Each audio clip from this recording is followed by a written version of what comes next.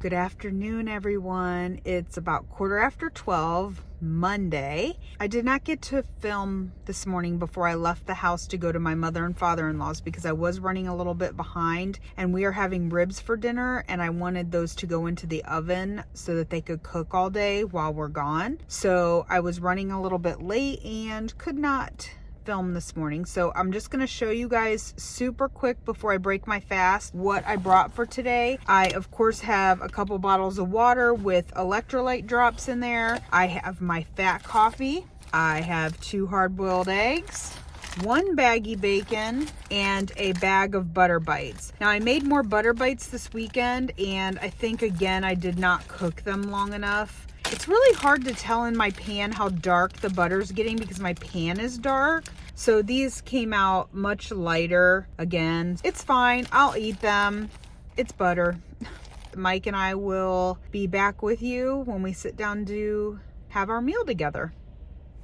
You guys, I just noticed that it's 5:15 and it's still light out. That's awesome. That's always a good sign. Good evening, everyone. Before we even get started, I have to apologize for this. There's no need to apologize. I was out in the cold all day. I mean, freezing, could not get warm. Came home and just decided I had to get a warm shower just to like warm up. I put on my warm, cozy pajama pants, fuzzy socks, my sweatshirt, washed my face, and I've been having problems with my eye the last couple days. It's kind of pink, and my daughter even said something like, oh, maybe you have pink eye because it's like itching, and I kind of feel like someone just beat the tar out of me, to be honest. I told Mike if we had a tankless hot water tank, I probably never would have gotten out of the shower tonight. So we are way past our eating window tonight. Oh yeah. It's probably 8 o'clock? It's around 8, if not even a little after. Yeah, so we get home, I'm freezing, I get in the shower, and then Mike gets home and he comes in, he goes, the furnace isn't working. And I'm like, what? I'm already freezing, don't tell me our furnace isn't working, but he got it running again, so hopefully it isn't anything major. Seems like it's doing all right, right? We'll find out. Yeah. We wake up tomorrow looking like popsicles. Well, we have an extra heater in our bedroom, so it would be hard to tell. Right. Just real quick, guys, I think I already told you, but we are having these like spare ribs for dinner. As you can see, like, this is the bone, guys. They're like, so tender, the meat already fell off the bone. This bone just pulled straight out, like nothing on it. There's another bone. There's the third bone. We each have 4. I just cooked these in the oven on low all day while we were working. They are fall off the bone ready. So that's what we're having for dinner tonight. No hamburger. I ate the rest of our buffalo meatballs for lunch today. I was able to stomach that for one more day, and I'm doing everything I can to try to figure out how we can eat anything but hamburger for the rest of this challenge, but I don't know if I'm going to make it or not. I'm up for having more hamburger. It's totally fine with me. I want to get your opinion on the ribs. They're fall off the bone. No, but how they taste. I cooked them with plenty of butter, plus we have butter here that we can kind of like dip it in.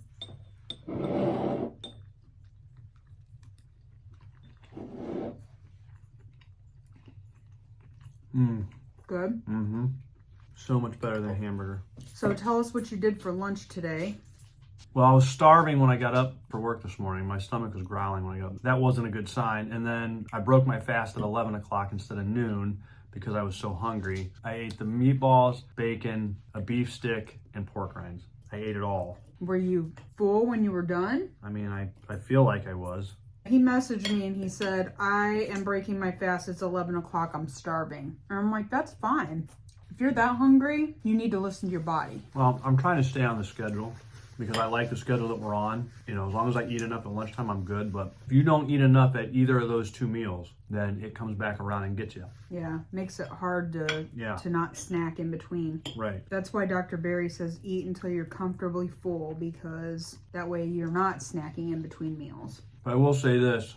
Not only do we need to eat enough, obviously, we need to get enough sleep. And we haven't really talked about that. I don't know if it's in the book, but I am going to say something about sleep, and that is that if you get like 4 or 5 hours of sleep a night, that's not enough. And I can tell you that because at my previous job, when I worked 4 10-hour days, I started at 4:30 in the morning. So I was getting up at 3:30 every morning, and I was going to bed at like 10:30, sometimes 11. Well, Was- because we were helping with his dad Well, at right, night. right. And it wasn't because you were just staying up. No. That was just our schedule because we have to go over at night and help get his dad ready for bed. And so he wasn't getting home till between 10:30 and 11, and then he got up at 3:15. Right, but I wasn't getting enough sleep, and I was burning out quick. Since I started my new job, I still go over and help my dad. We don't do it every night now, which is a nice break. I don't start work until 7. I don't have to get up until 5:30, so I'm getting up 2 hours later, and I get off earlier.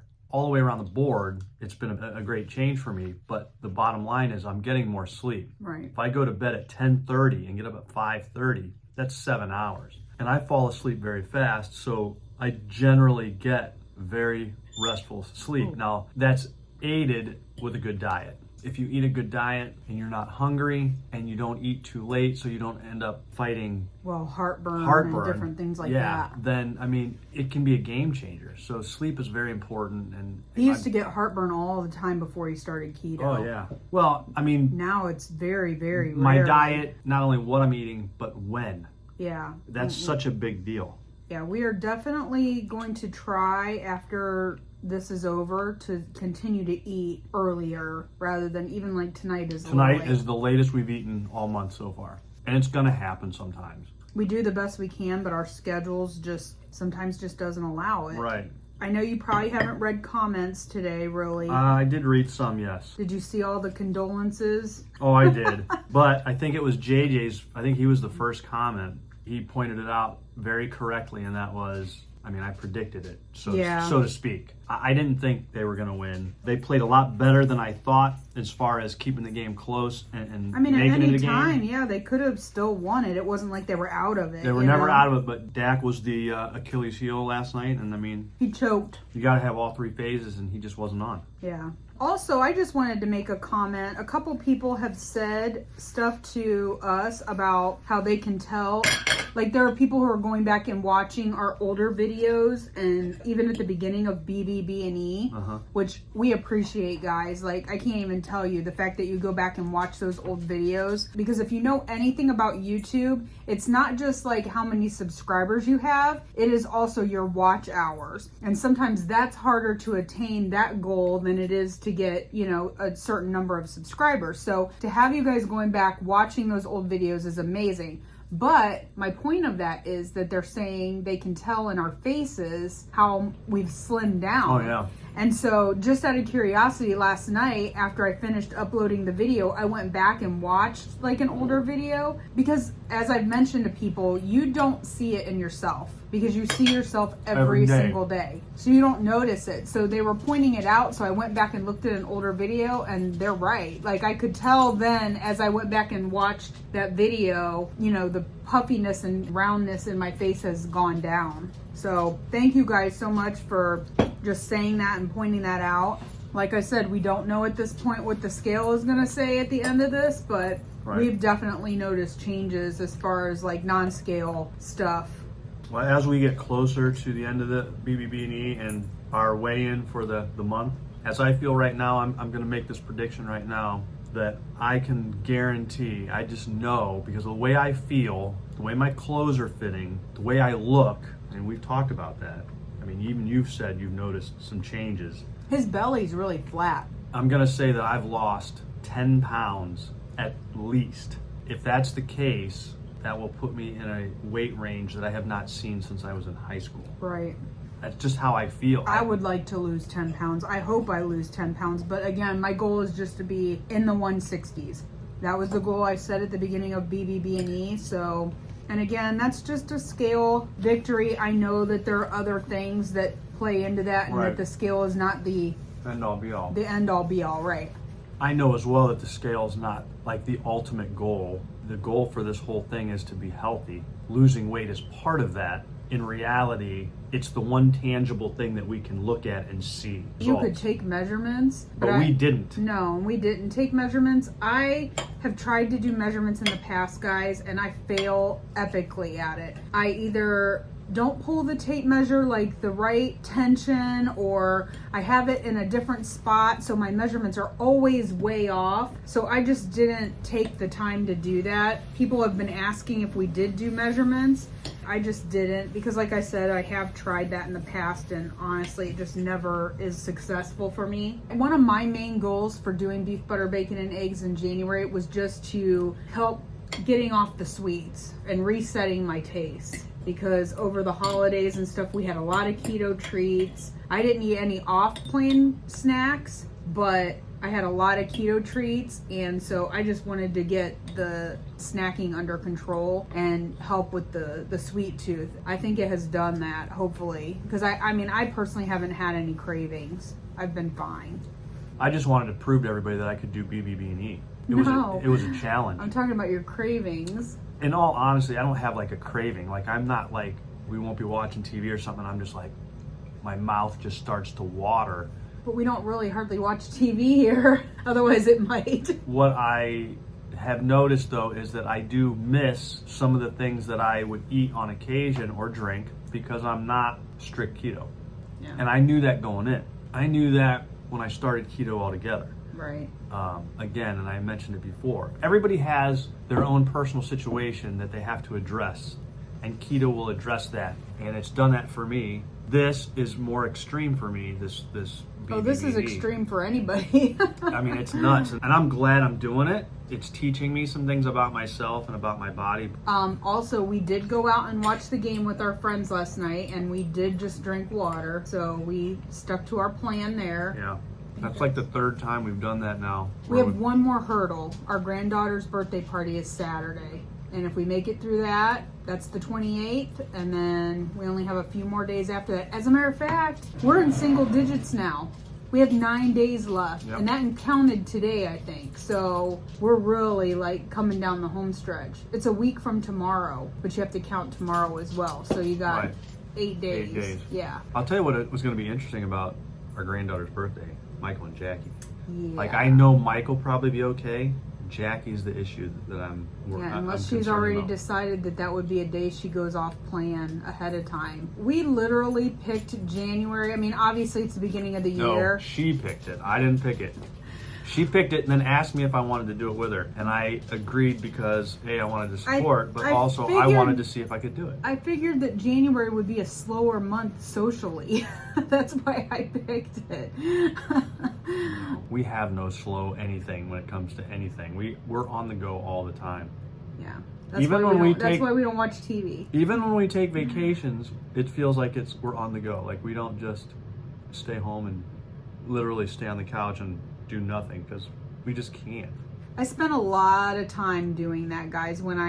Before I started keto, I was depressed a lot, and I didn't like the way I looked, I didn't like the way I felt, and I didn't want to go out, and I didn't want to do anything. And especially during the whole pandemic shutdown, I spent a lot of hours on the couch doing nothing, watching TV and eating. I just don't want to do that. That was just a side note. Mm-hmm. We'll go ahead and jump into our chapter in Dr. Berry's book. Someone asked me what book we were reading, so I'm just going to say again, this is Dr. Berry's book called Lies My Doctor Told Me.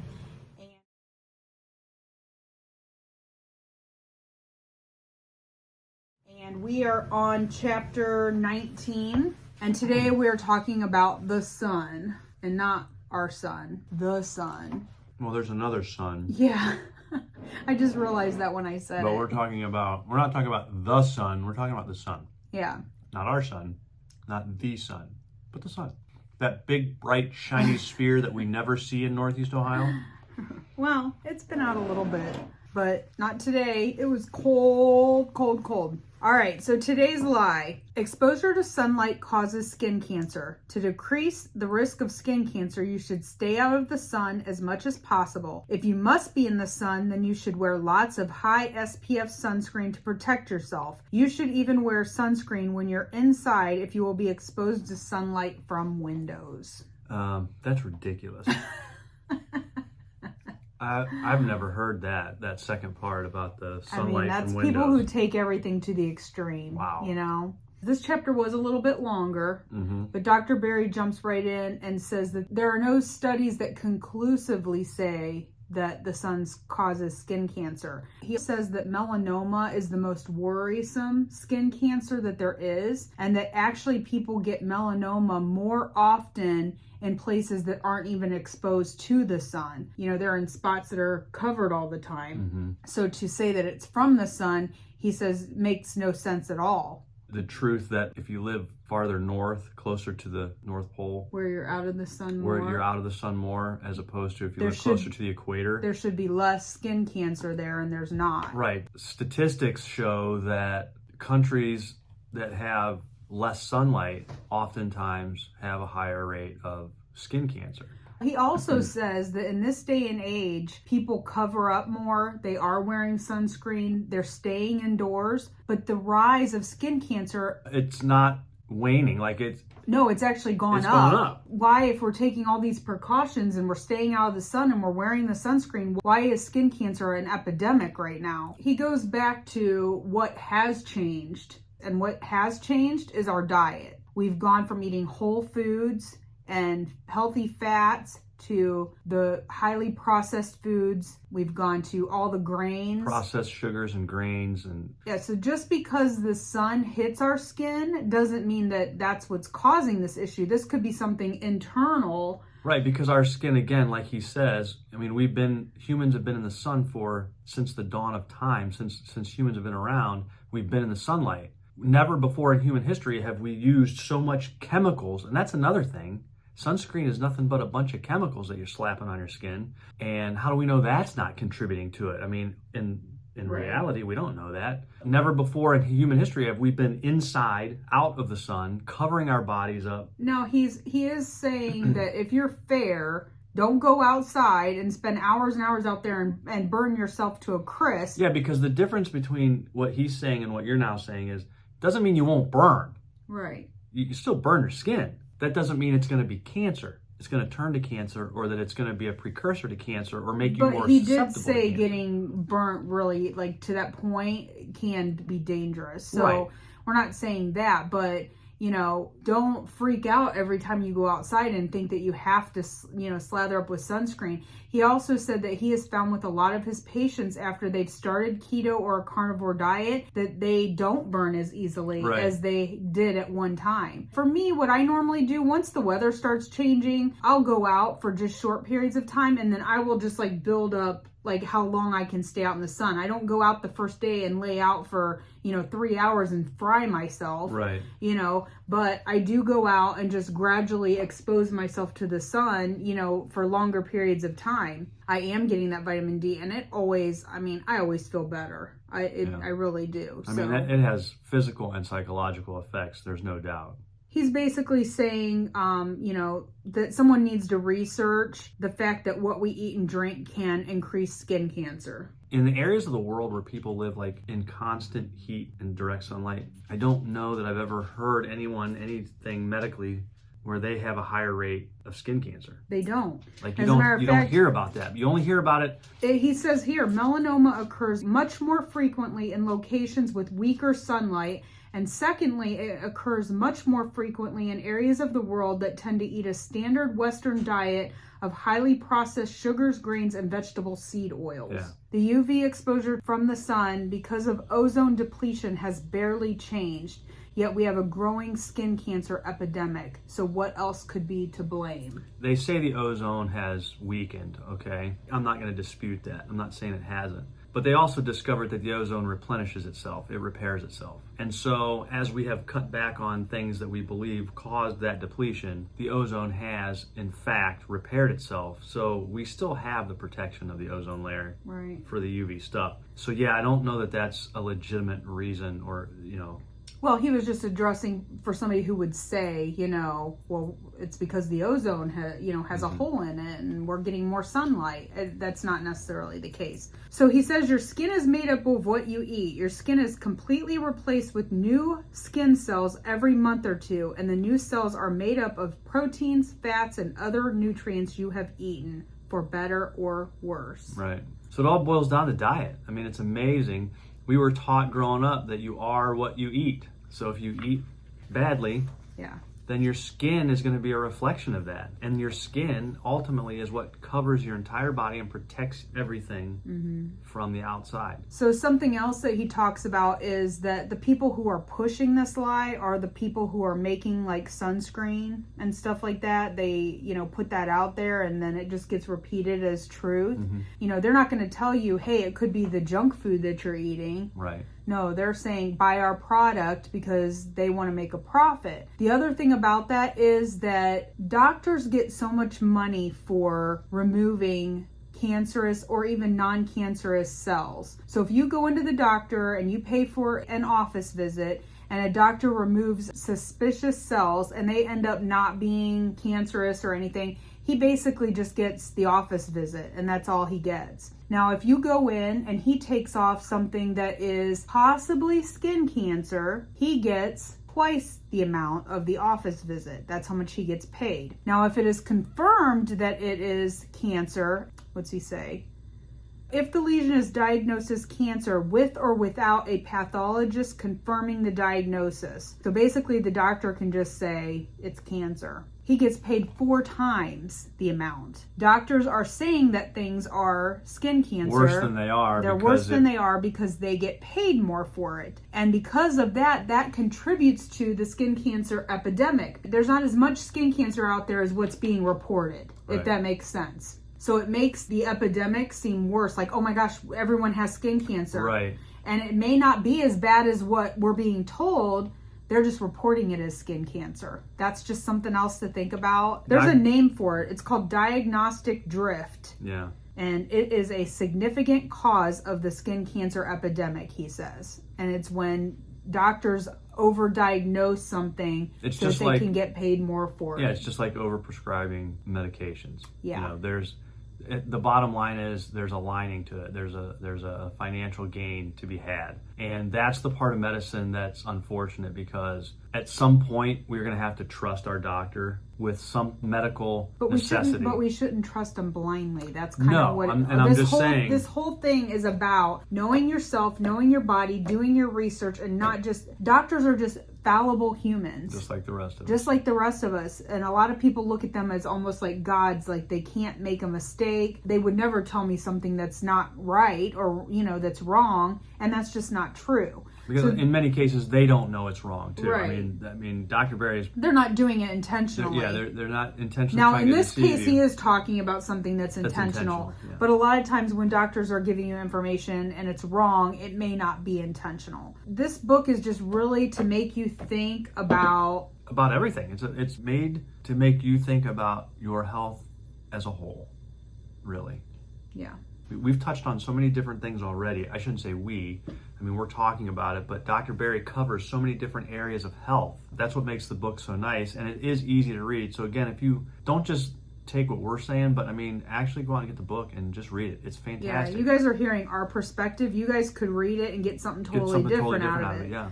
Dr. Berry just says that he's also fair complexion and he can't spend long time out in the sun without burning, but he spends as much time out in the sun as he can without sunscreen. Right, so, because the health benefits far outweigh any risk to any other kind of issues. So yeah, he says that exposure to the sun can actually help with skin cancer. Yeah, reduce the risk. Yeah. So. And it's funny because the more you're outside and the more you are exposed to the sun, you do build up like a tolerance for it. Mm-hmm. If you stay inside all the time and you never go outside, and then you go outside one day, you're going to get burned. You're going to get toasted. We stay inside all the time. We don't go outside, and we need to be outside. Skin cancer's on the rise. Yeah. So that's it. I think that probably just kind of finishes that off, and I'm tired. It's been a long week.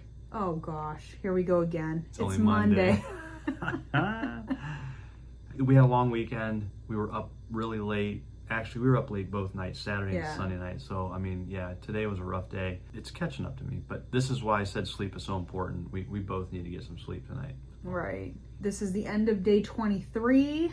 Again, we have 8 days left after today. So we are definitely coming down the home stretch. Thank you guys so much for everyone for being here on this crazy journey with us.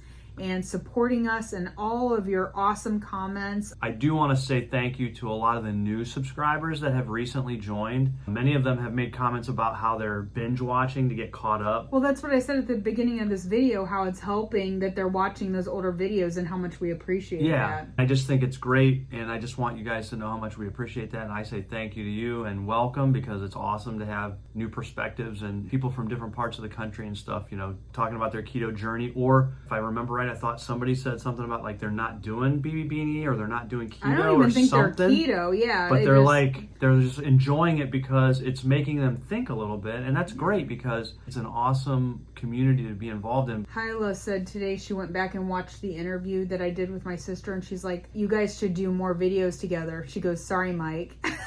I said, yeah, everyone really liked my sister, and I think Mike was a little jealous. Oh, I wasn't, because at that point I was still like a stunt double. I didn't move into like the supporting role. Her story's great. We know a lot of people that have similar stories of how things have just completely changed and turned around, their health and everything. So that's awesome. Thanks, guys. Thanks again for being here. Thank you for watching, and we will see you guys tomorrow. Yep. Good night.